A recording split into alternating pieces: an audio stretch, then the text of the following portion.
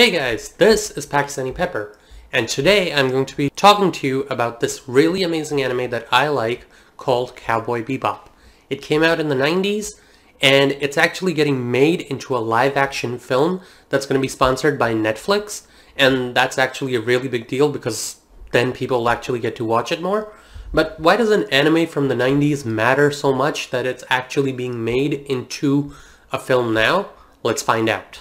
So in order to understand Cowboy Bebop's attraction, you need to understand how it started out. So in April of 1998, director Shinichiro Watanabe, who you would now know as the guy behind anime like Samurai Champloo, he actually was working with a team, an all-star team that we would call now all famous people, but back then, none of them were that well known, to develop this anime called Cowboy Bebop. It started out in April 1998 and it was cancelled just 2 months into its run. People just did not like the idea of an anime story that moves really, really slowly. So what happened at that point?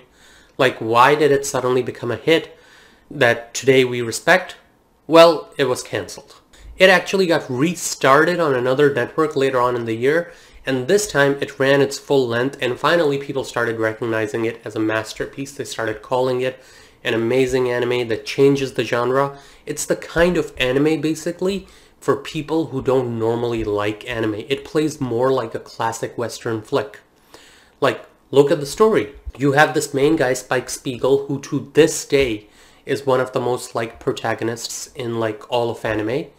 And he plays a bounty hunter. Basically, in the year 2071, according to the anime, Earth is in shambles. It's gone to this point where it's lawlessness everywhere and people are living on spaceships and colonies because the Earth has been pretty much run down or whatever. And at that point, you've got cops who are helpless. It's the wild, wild west. So what they do is they hire bounty hunters, sometimes called cowboys, in order to hunt criminals.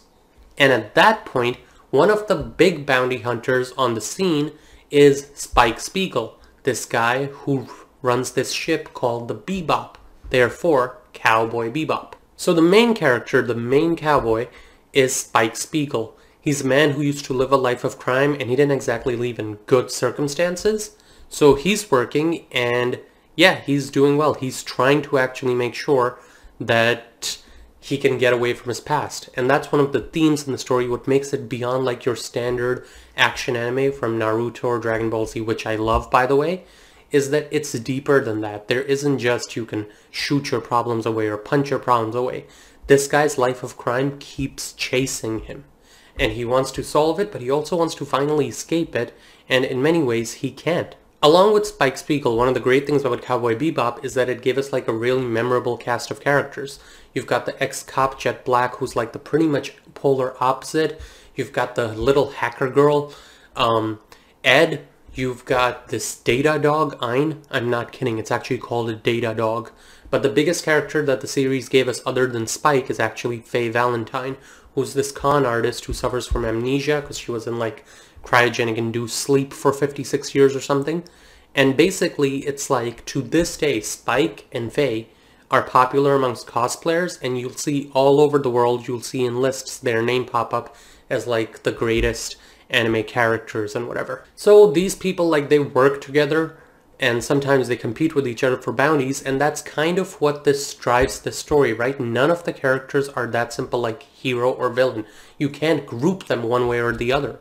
Because Spike Spiegel, for all the good that he does trying to catch criminals, he also has his own criminal past, and he's not always doing the greatest things in the world, let's just say. And philosophically, that's where this anime shines. It makes you think about stuff. It makes you think about ideas of right and wrong. It makes you think about who is a criminal and who is a cop. It makes you think about stuff who is, why are we here? Sometimes they'll be staring into space and they have no real home to call their own. They travel on a ship everywhere.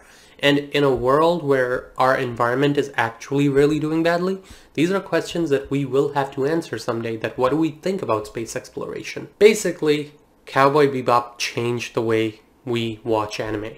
It changed the way to this day stories like Red Dead Redemption owe themselves a piece of Cowboy Bebop as inspiration. If Cowboy Bebop hadn't been there to make the Wild West story popular again, and like the mix of sci-fi and the Wild West, which we've seen in some other anime, like Trigun, then it's like those anime would not have existed, basically. So there are two important lessons here.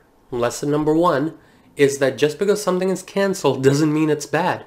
It was canceled in its original try, there's no doubt about it, but it also went on to be one of the most highly regarded anime of all time. And the second lesson, again, I'm not going to give any spoilers, is that you cannot always run away from your problems with punches and bullets. So, because I'm not going to give you spoilers, I can't really tell you details like how Spike dies at the end, but this is Pakistani Pepper, saying peace out, stay peppery, and don't forget, sometimes life's best lessons are in the stories we hear least. Have an awesome day, guys.